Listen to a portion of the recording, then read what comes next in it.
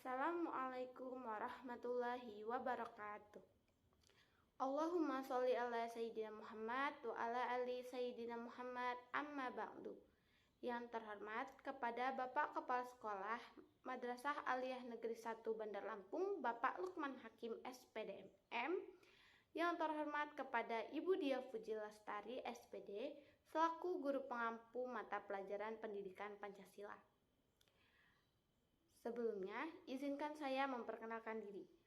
Nama saya Antika Nusa Putri dari kelas 1195. Dalam video kali ini, saya akan membahas tentang Pancasila. Pancasila itu membahas tentang ideologi. Yang pertama itu ada makna hakikat ideologi.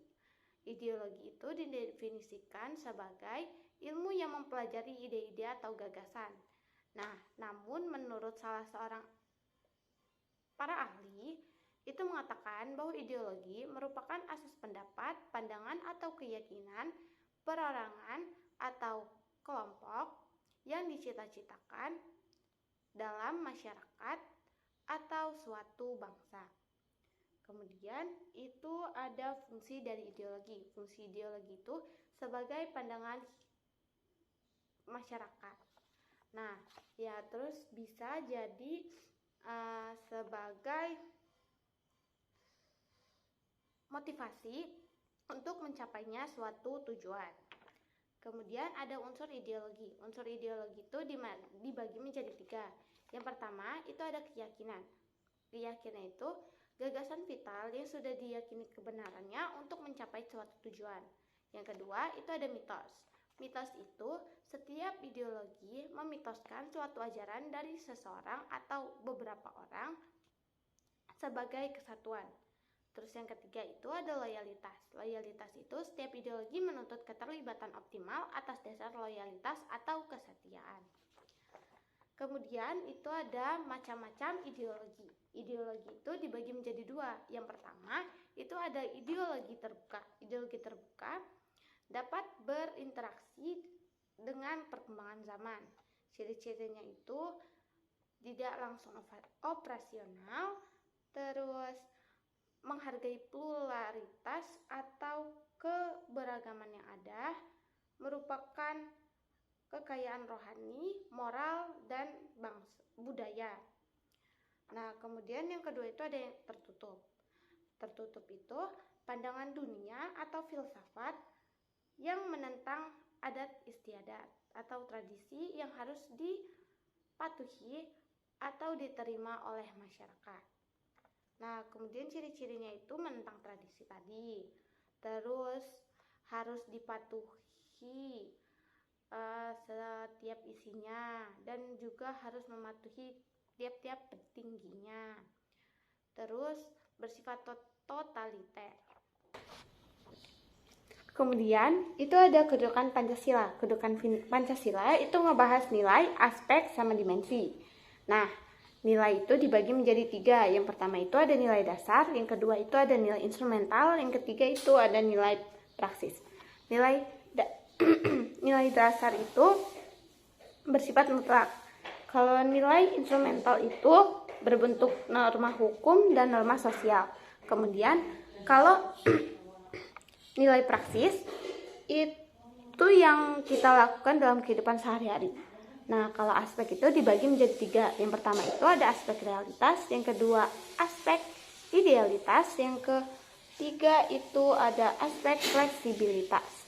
Kalau aspek realitas itu memberikan bahwa dirinya adalah kenyataan dalam kehidupannya sendiri.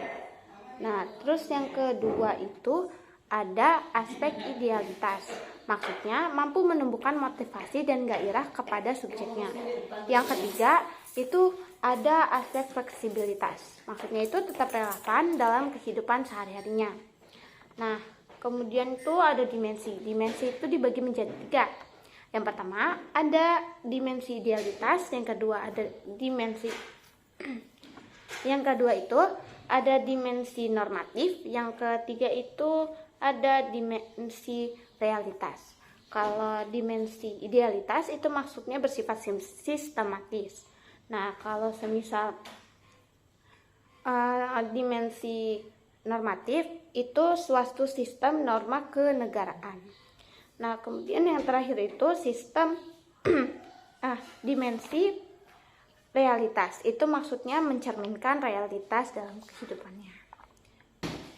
Kemudian yang terakhir itu ada perwujudan Pancasila. Perwujudan Pancasila itu ada di 5 bidang. Yang pertama itu dalam bidang politik. Dalam bidang politik itu dibagi menjadi 2. Yang pertama itu ada lembaga negara. Lembaga negara itu disusun atas MPR, DPR, Presiden, MA, MK, KY, dan BPK.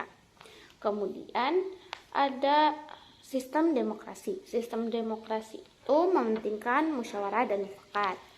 Kemudian ada di bidang hukum. Di bidang hukum itu peradilan itu harus dilaksanakan sesuai kaidah dan nilai-nilai yang religius. Kemudian di bagian bidang budaya. Budaya itu kita tuh harus menghargai budaya yang ada di Indonesia. Kemudian yang keempat itu ada di bidang ekonomi. Bidang ekonomi itu perekonomian disusun sebagai usaha bersama atas asas kekeluargaan. Kemudian ada yang terakhir itu di bidang pertahanan dan keamanan. Itu dapat dituangkan dalam pasal 27 ayat 3 yang berbunyi bahwa tiap warga negara berhak dan wajib ikut serta dalam upaya pembelaan negara. Nah, sekian aja yang dapat saya sampaikan terkait materi Pancasila tentang ideologi. Lebih kurangnya saya mohon maaf, dan kepada Allah saya mohon ampun. Wassalamualaikum warahmatullahi wabarakatuh.